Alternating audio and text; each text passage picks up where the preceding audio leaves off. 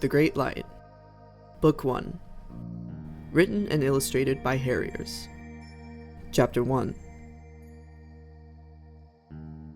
It was the moment after sunrise, when the light came through the gaps in the trees and turned the mist the color of roses. Everything shone with a warmth and light, and the forest stirred awake under the sun. Grass and leaves unfurled towards the sky, the sun, the breeze that swept down the cliffs and tugged at fur. Everything was quiet. Still. There was a chill in the air.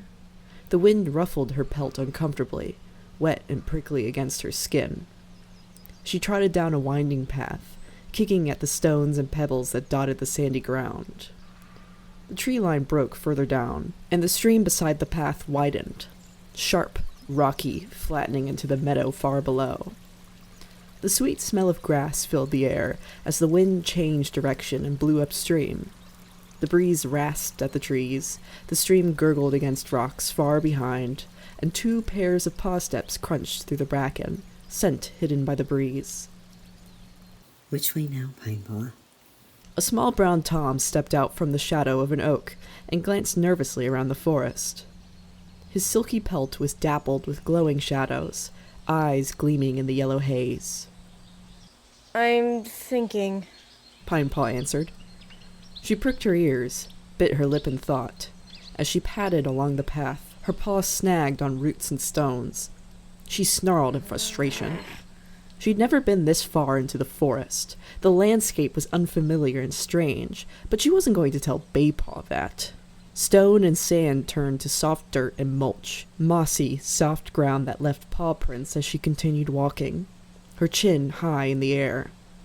This was deep in the forest. She glanced around, forcing her fur to lie flat. I think it's this way. You think? It's this way, come on. She picked up her pace and broke into a brisk walk, striped tail plumed behind her. It's gotta be this way. She peered between the gaps in the sun-striped trees, searching for a solid black oak, one that forked in 2 and was singed by fire. Thick branches blocked the sun. Oaks and rowans clung to each other with thick, ancient arms that trapped the light. There were few gaps in the branches here, and even as the sun climbed above the mountain, the forest stayed swathed in shadow. It was hard to see, hard to differentiate the mossy ground and the leafy bushes, hard to find a pathway between the tangles of formidable undergrowth. Pinepaw wrinkled her nose in thought. She just had to orient herself. Maybe we should go back. The lightning tree isn't going anywhere, and I have a hunting assessment, and... I can go alone if you want to go back. No, I want to see it too. Pinepaw narrowed her eyes at her denmate and sniffed, unconvinced. Come on. Pinepaw shot forward, breaking into a trot, paws feeling the ground for a path. Surely She thought. others have been through here. She scanned the forest floor, looking for any signs of movement, any disturbed ferns or thickets, a sign that warriors used this track. Behind them, the bracken was trampled and squashed, but in front of it was thick and untouched. There was barely any sign that cats live here, let alone patrol and hunt here. Maybe her clanmates were better at navigating the forest than her. Her fur prickled at the thought. She skirted up a clump of budding mallow, a fragrant bush of wisteria, a tangle of broken sticks piled into a strange mound atop the base of a yew. The old border. Her mind began to untangle the vague map in her head. Okay, she wasn't lost, just plain lost. There should be an oak around here. And then she spotted the rippled leaves and confidently picked up speed. Yes, this was the way. Holly Tangle had mentioned it was just past the old border, close to the cliffs. We're getting really close to the scent line. She tried not to think about it. Instead, let her mind wander. The lightning tree, where the clans used to meet under the truce of the full moon. Was it really taller than 1,000 pines? Her paws picked up speed. We should have gone along the cliffs. You couldn't handle climbing all the way along there. I could. and then jump into the trees. Pinepaw glanced up to the sunlight-dappled canopy. She shivered as the branches swayed above. Getting to the lightning tree from the cliffs would have been easier for her, but there was no way Baypaw could have handled leaping across the forest canopy. He was too small. Have you even done tree maneuvers yet? Gopher said we will next moon. But I can climb. It's different. Pinepaw waved her tail loftily through the air. Baypaw's ears flattened, but he didn't say anything. She shrugged and continued on. The trees were getting closer together, and the land was flattening out more. The ground was soft and loamy, squelching with the leaf mold. As the wind blew, the shadows danced. Shapes, feline and sleek, shifted in the edges of her vision. Her heart was beginning to pound. We're very close. Behind her, Baypaw stopped. His tail spiked in alarm. What? Her heart quickened when Baypaw did not reply, and she dropped lower, pressing her belly into the dirt. She prayed that her night-black pelt didn't stick out too much against the pale foliage. Down there. He twisted his head around to look at Pinepaw. She peered into the forest, searching the forest floor. There was a flash of movement besides a rowan. Flame-red fur. Pinepaw's fur rippled.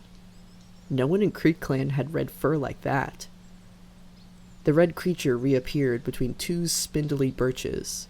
She saw a triangle face, black paws, and a bushy tail. She watched it vanish as it sprinted into the dark shadows. It's a fox.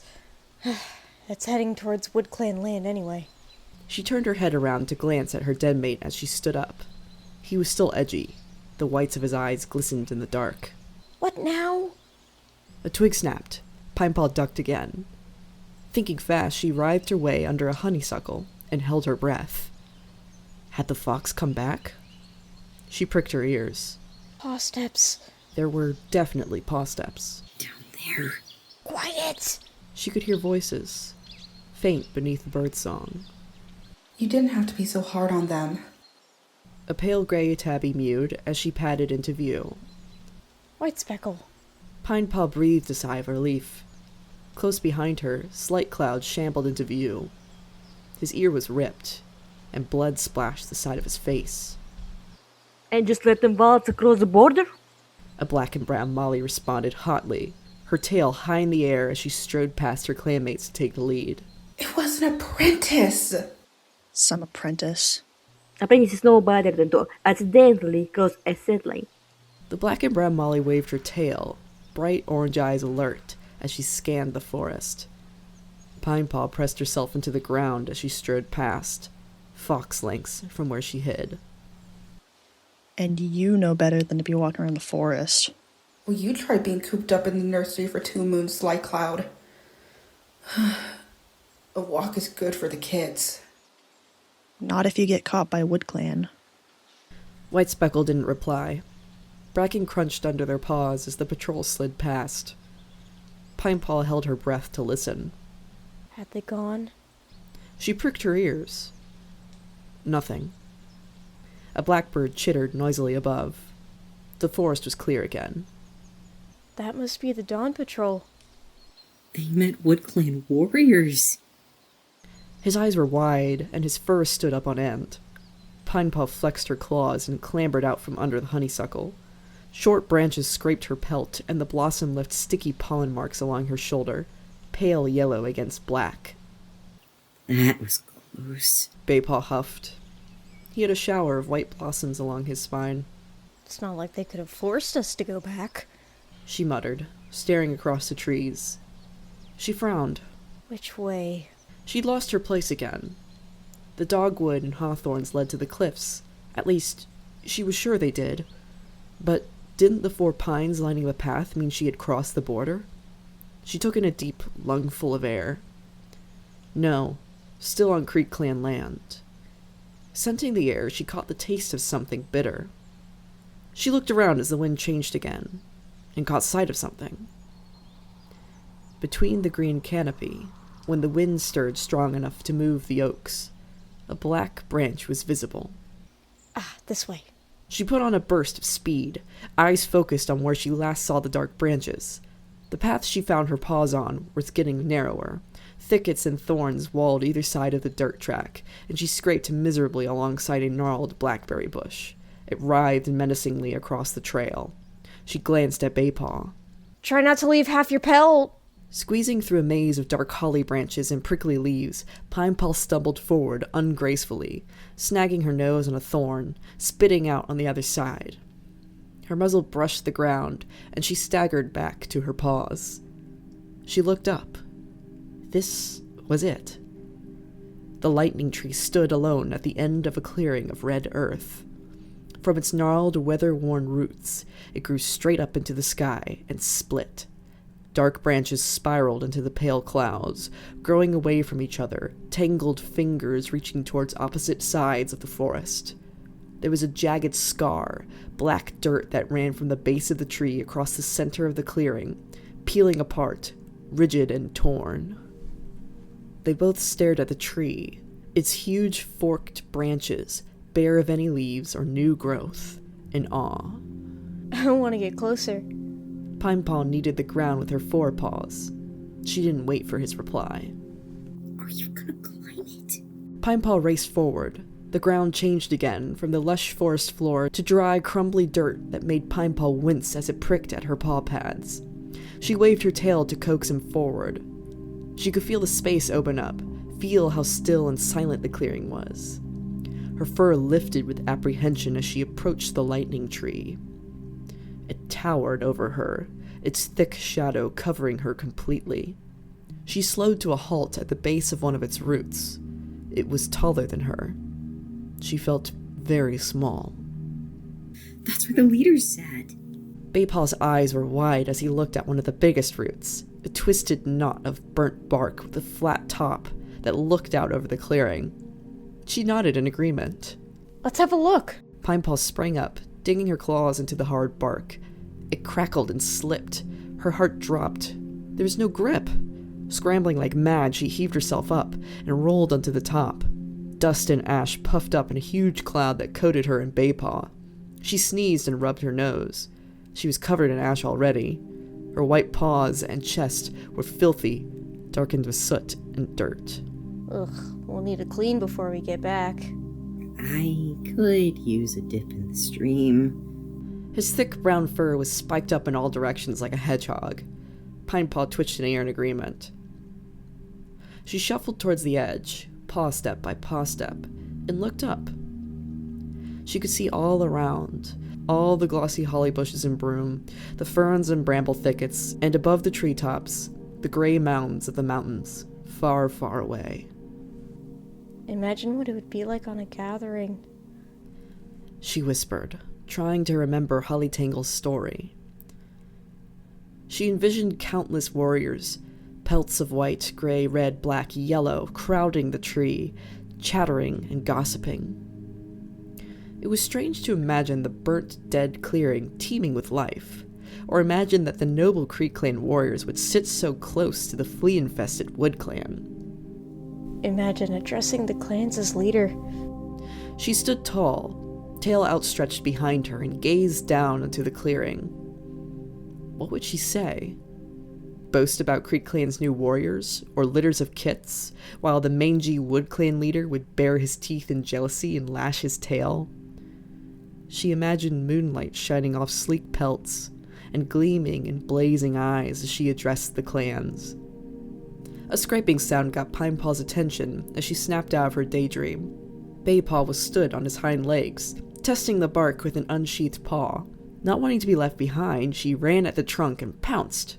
Her chin bounced off the solid bark and she yelped in pain, but held on. Yeah, go on, you got it!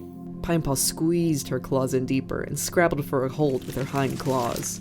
She pushed upwards, head flush against the tree as she climbed. Easy! Baypaw purred in laughter below. She reached up with her forepaws and dug in, pulling her hindpaws up and scrambling for a hold. There was a branch not that far from her. She pushed on, trying not to sneeze as ash floated across her muzzle. Her shoulders ached by the time she reached the branch. The view was even more incredible. The lightning scar in the earth was peeled apart like a giant wound. Chunks of stone had been flung across the clearing like leaves when the lightning hit, all those moons ago. You can see even further.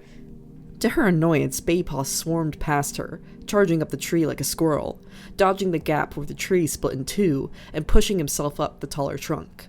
I could probably get to the top. Not without me! Pinepaw dropped into a crouch and homed in on the next branch. Well, hurry up then. I am! She leapt up, claws out. The branch creaked as it took her weight. Goatfur would never let me climb this high. Baypaw was panting as Pinepaw charged past him. Neither would Campiontail. I can't wait to tell Orchid Paw. She'll be so jealous. I bet Dandelion Paw wished she came with us. Yeah, and There was a crack. Pinepaw froze. Was it a branch?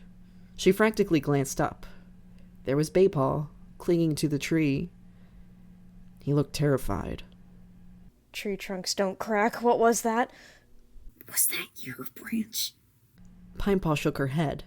I don't... Another crack, like a twig snapping. Her heart began to race. Oh, StarClan. Get down! She pushed herself up against the trunk and peered down to the forest floor. Was it the fox? A bird? She scanned the forest. Nothing. In the cloudy gloom, everything was dark. She was barely aware of Baypaw landing next to her, his ears flat on his head, his tail tucked under him. What? Baypaw's breath was quick. Pinepaw hissed at her deadmate to be quiet. The bushes rattled. A fern shivered. Then she saw them. Her heart threatened to leap out of her mouth, huge, bristling, angry. WoodClan!